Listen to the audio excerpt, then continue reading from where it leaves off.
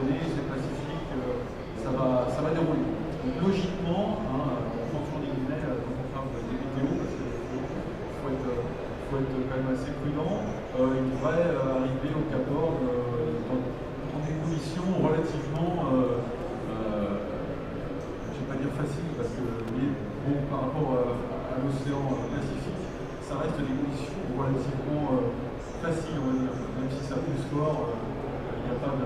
Il n'y a pas de système vicieux. Ce qui n'est pas le cas du tout de notre ami Isvan Kobar, qui est le quatrième, et qui a été encouragé donc, par la direction de bourse de la Golden Globe Race à pointer très très fort vers le sud, parce que vous voyez, il y a une petite dépression là, qui est en train de descendre sur lui. Là, Céline, je veux bien si tu peux avancer un tout petit peu la météo, on se rend compte un petit peu en focusant sur Isvan, en zoomant sur Isvan. Vous voyez, Isvan, il est dans la zone, ce qu'on appelle la no-go-zone. La no-go-zone, c'est une zone dans laquelle, logiquement, les concurrents n'ont pas le droit d'aller.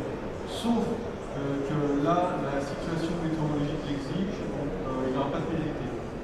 Logiquement, la règle veut que quand on est dans la no-go-zone, le temps est multiplié par 2. Et si on passe dans la no-go-zone, ça prendra 2 heures sur le temps de navigation. Là, ce n'est pas le cas parce que c'est la direction de course qui l'encourage à descendre pour se mettre à l'abri. Donc la trajectoire du système météo, si on peut avancer un petit peu la météo. Voilà. Alors, on a observé, c'est pas le premier système comme ça qu'on observe, il y a un petit peu qui commence à créer une rotation qui se fait sur une zone très petite. Et du coup, là, il faut dézoomer là. Là, on est revenu sur Jean-Luc. Bon, c'est un peu sa journée, donc c'est très bien aussi. Donc Jean-Luc va nous appeler dans une minute. Donc, bon, tout ça pour vous dire que voilà, Isvan Kovar, il faut qu'il descende très sud et logiquement le système va lui passer au-dessus. Tapio Bettinel qui est derrière, lui il a toujours une coque recouverte de bardac et il était bloqué à l'entrée du Pacifique au niveau de la Nouvelle-Zélande par des vents contraires qui l'ont empêché d'avancer pendant une quinzaine de jours.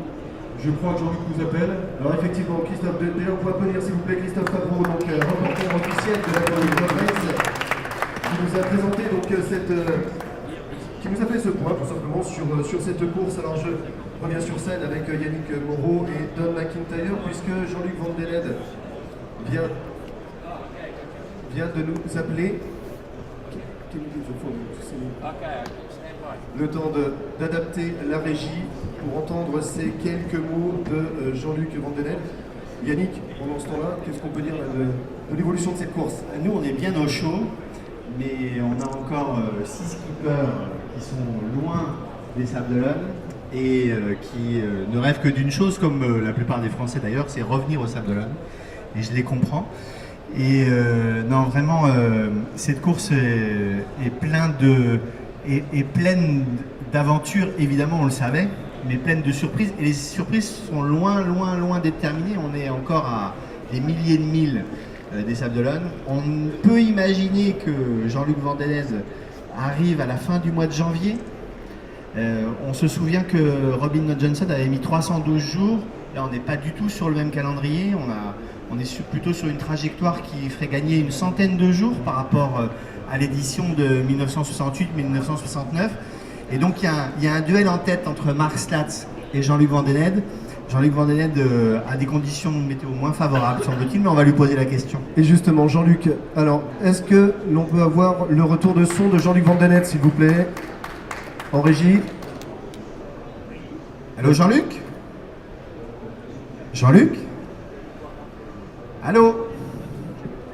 Est-ce que Jean-Luc est avec nous? Alors, il n'y a pas de retour. On a un souci de régie, alors on va essayer de faire ça à l'ancienne, c'est pas grave, c'est une course à l'ancienne.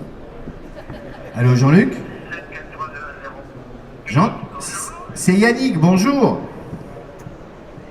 Yannick du Nautique. Bonjour, tu vas bien? Et toi, comment tu vas? Je t'entends très mal. Tu vas comment? Comment vas-tu, Jean-Luc? Allô? Je n'ai pas compris, je t'entends très mal. Oui, je t'entends très très mal, il y a un écho dingue et je t'entends très très très mal. Comment vas-tu, Jean-Luc?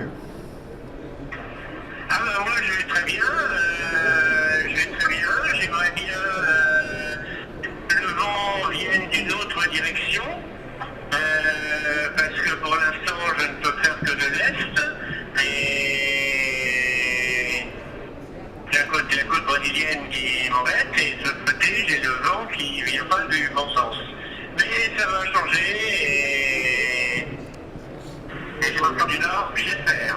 Tu sais que les conditions sont bonnes, tu sais que tu n'as pas le droit de faire escale au Brésil, hein? Oui, j'ai dit bonjour à mes copines sur la plage, évidemment, là, et ça leur suffit. Odile qui t'embrasse m'a dit que tu n'étais jamais tenté par les filles d'Amérique du Sud. J'ai pas compris. Odile t'embrasse et elle est sûre que tu n'as jamais été tenté par les filles d'Amérique du Sud. Non, je ne suis pas particulièrement emballé. J'ai fait une escale assez longue à Rio dans le Boc Challenge et ça n'a pas été une de mes escales préférées. J'ai trouvé la ville très violente et j'en ai pas un souvenir particulièrement extraordinaire. J'ai préféré l'Argentine et l'Uruguay. Jean-Luc, bonjour, c'est Fabrice Guyon, est-ce que tu m'entends? Ouais.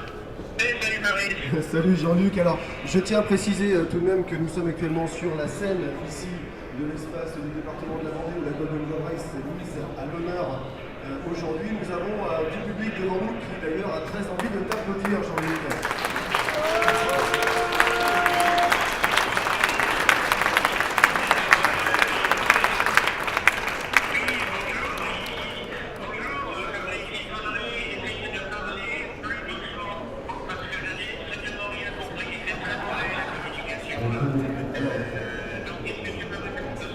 Je la refais, nous sommes sur la scène ici sur le Nautique à Paris. Nous sommes au cœur de l'espace du département de la Vendée où la Golden Globe Race est mise à l'honneur aujourd'hui et le public t'applaudit.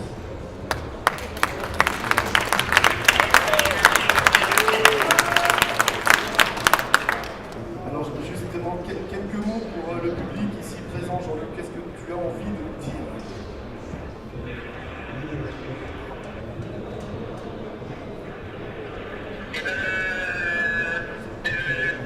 Je suis au large des côtes du Brésil,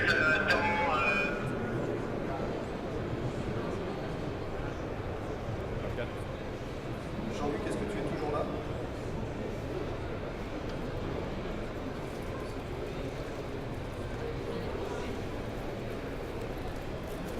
Je pense que le téléphone... Je pense qu'on a perdu Jean-Luc.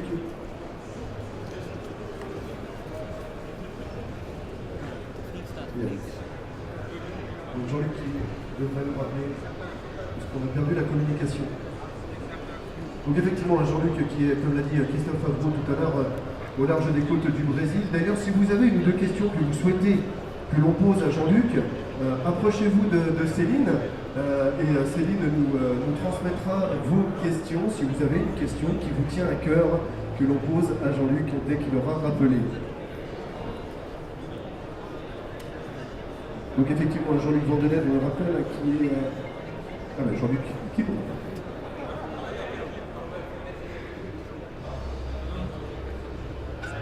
Oui Jean-Luc, tu es de retour parmi nous au Nautique. Tu es parmi nous, donc de retour au Nautique, Jean-Luc, on t'écoute. Parlez doucement, parce que je ne comprends pas. Pas doucement, je ne comprends pas. Alors effectivement, je vais parler doucement. Est-ce que tu souhaites passer un message au public ici présent au Nautique passer un message au public présent ici devant nous au Nautique de Paris? Ah ben oui, bien sûr, je leur souhaite de bien visiter les jolis bateaux du Nautique d'une part, et puis pour ceux qui en ont déjà un, d'en profiter pour aller voir tous les équipements chaque année, et les nouveautés. Moi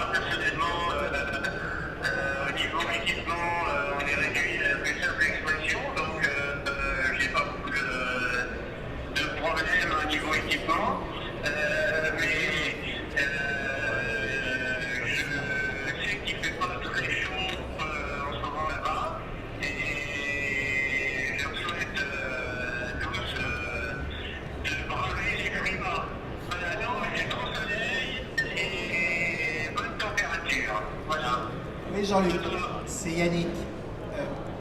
Comment va ton mât? Comment va ton mât? Et bien moi, m'inquiète toujours. J'y suis monté il y a, je sais plus combien, il y a jour ou 5 jours, pour voir si ça avait évolué. À l'œil, ça n'a pas évolué. Mais et moi, que le bateau tape dans une vague, j'ai toujours une certaine appréhension.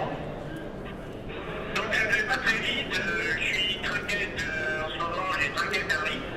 Si j'étais avec un mât où j'avais plus confiance, j'aurais une bonne partie de mon giroir qui serait tombé. Mais là, je préfère perdre un demi et arriver au bout que de tout casser. Et donc j'essaye d'être le plus prudent possible. Comment va le bonhomme? Allô? Allô, allô?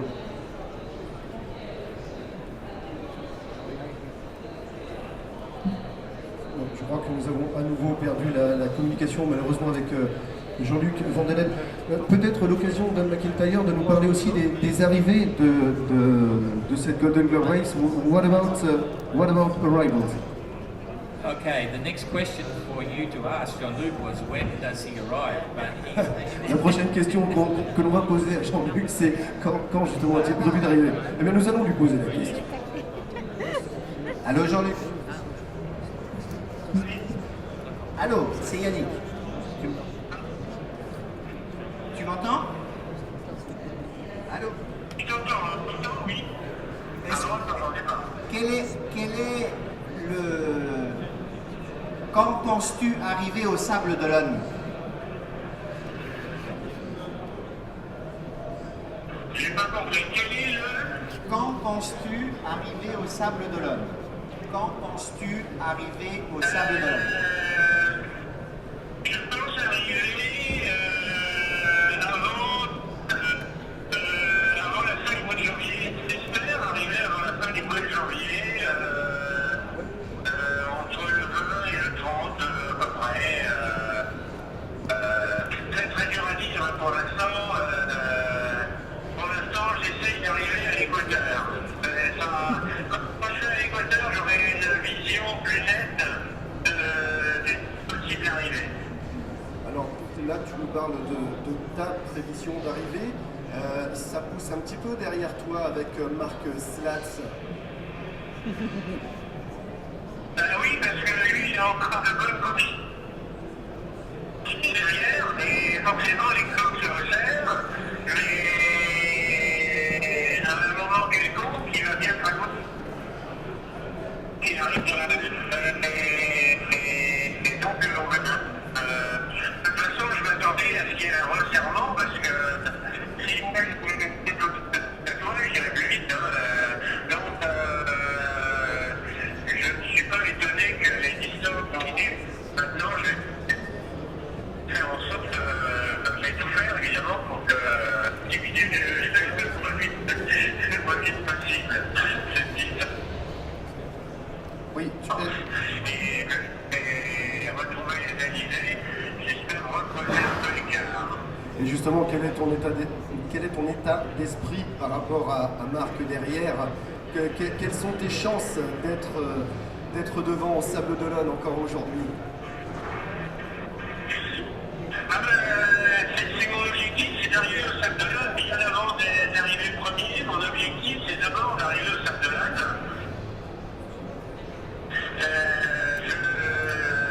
Je reste très prudent parce que justement, moi j'ai pas du tout envie de me retrouver sur la bonne fortune à Rio ou à Récif ou ailleurs. Donc mon objectif, c'est d'arriver au Sable d'Olonne. J'espère arriver au mois de janvier, c'est ce que j'ai prévu normalement, mais évidemment, tout tient dans le bas et dans le devant. Et donc, faut rester. Quelle est la première...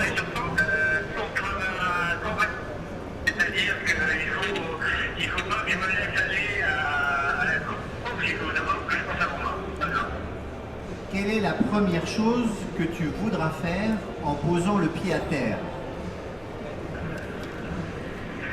On peut dire plein de choses que je voudrais faire. Évidemment, voir tout ce qui est ma famille, mes proches.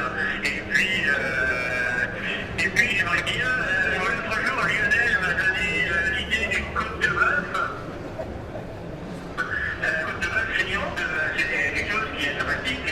Mais comme j'ai été privé de beaucoup de choses au niveau de week-end, je vais sûrement faire une semaine polémique de trucs que j'aime et qui vont des fruits de mer, en poisson, en passant par quelques araignées et autres choses dont je rêve quand je ferai boîte de conserve. Alors effectivement, alors, nous avons quelques questions du public pour toi Jean-Luc. La première qui concerne ton régulateur d'allure. Tu as un régulateur d'allure hydroval, je crois. Est-ce que tu lui as donné un petit nom à ce régulateur d'allure?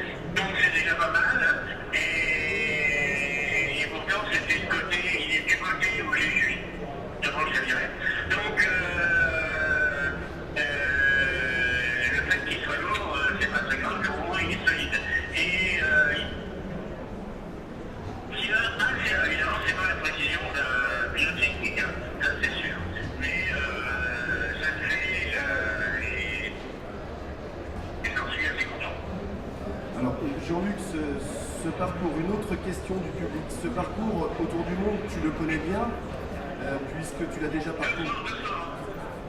Ce parcours autour du monde, tu le connais bien, puisque tu as déjà participé à plusieurs éditions du Vendée Globe. Quelles sont pour toi les principales différences entre ces deux courses? C'est complètement différent. La première différence, c'est qu'on est avec des bateaux de série qui sont assez lents, qui sont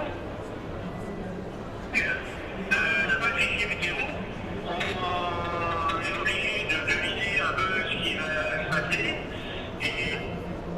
Et ça fait une grosse différence. On ne peut pas éviter ce mauvais temps, comme on a vu faire dans les derniers Vendée Globe où les gens attendent. Notamment tout à l'heure de la Tasmanie, par exemple, pour éviter un beaucoup de vent. On est forcément pris dedans. Et c'est très différent. C'est très long. C'est beaucoup plus long que le Vendée Globe. Il y a des écarts entre les bateaux qui sont absolument énormes, que je ne soupçonnais pas du tout au départ. Moi, je pensais qu'en expert français, je pensais qu'on allait rester très complet. Et en histoire, c'est pas du tout complet. Et donc, je trouve que c'est très très différent du Vendée Globe et très différent des autres autour du monde que j'ai pu faire sur des bateaux plus affectés. Mais c'est intéressant aussi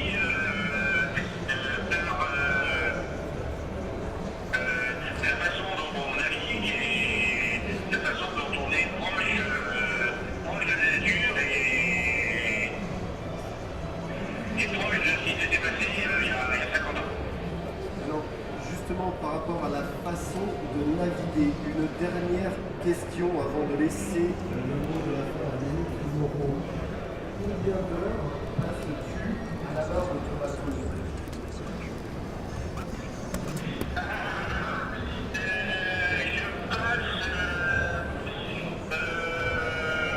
Je passe pas très très longtemps.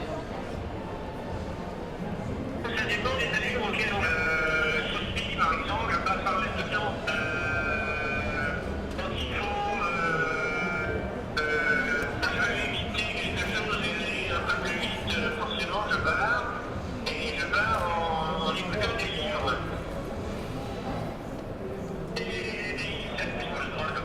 fait.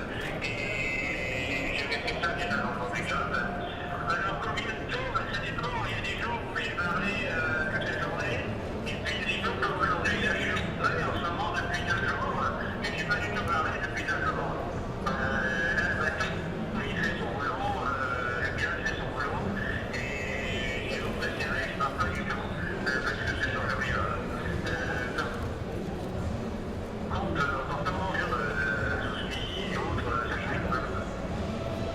Jean-Luc, on t'attend au Sable d'Olonne, les jetées seront pleines, le public est très nombreux à suivre la Golden Globe et à t'encourager. Nous te souhaitons bon vent et à bientôt au Sable d'Olonne. J'essaie d'arriver le plus vite possible, faites-moi confiance. Merci beaucoup Jean-Luc, le public qui t'applaudit encore avant que l'on cesse cette évaluation. Encore à toi.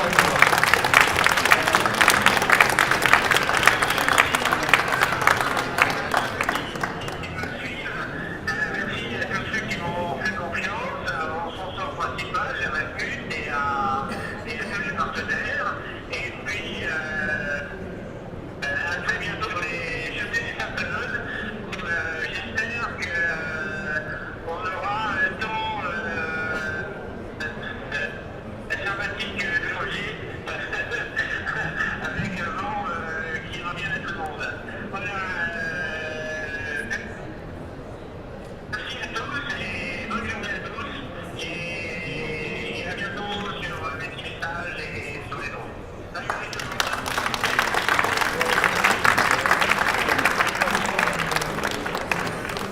Voilà, eh bien, Jean-Luc Mondanel qui a toujours un mot pour son public, pour ses partenaires et qui semble être en pleine forme après ses nombreux mois de mer dans le cadre de cette Golden Globe Race. Alors justement, nous parlions avec Don McIntyre des arrivées. Don McIntyre qui nous disait justement, ben voilà, ce que j'espère c'est qu'il arrive le plus vite possible. What about arrivals? First of all, remembering Jean-Luc has never spent so long at sea alone as he has now. He's now 165 days.